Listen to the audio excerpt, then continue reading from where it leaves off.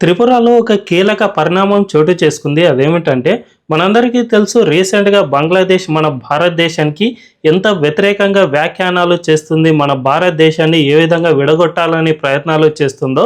So, అలాంటి దేశానికి మనం ఇప్పటికీ కూడా చాలా వరకు హెల్ప్ చేస్తూనే ఉన్నాం. అక్కడికి సబ్సిడీ రూపంలో బియ్యాన్ని తరలిస్తూ ఉన్నాం. అంతేకాకుండా మన భారతదేశం నుంచే బంగ్లాదేశ్‌కు గ్యాస్‌ను సైతం మనం తరలిస్తూ ఉన్నాం. తాజాగా ఆ విధంగా గ్యాస్‌ను తరలిస్తూ ఉన్న కంటైనర్లను త్రిపురలో స్థానిక ప్రజలు అడ్డుకున్నారు. బంగ్లాదేశ్‌కు వెళ్తూ ఉన్న ఈ లారీలను గుర్తించి వీళ్ళంతా అడ్డుకుని అక్కడ ధర్నాలు చేపట్టారు.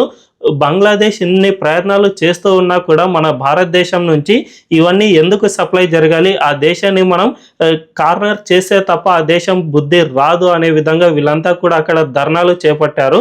సో, దీన్ని బట్టి చూసుకుంటే మన దేశంలోని ప్రజలకు కూడా బంగ్లాదేశ్ కుయుక్తులపై పూర్తిగా అవేర్‌నెస్ వచ్చినట్లే అని తెలుస్తోంది.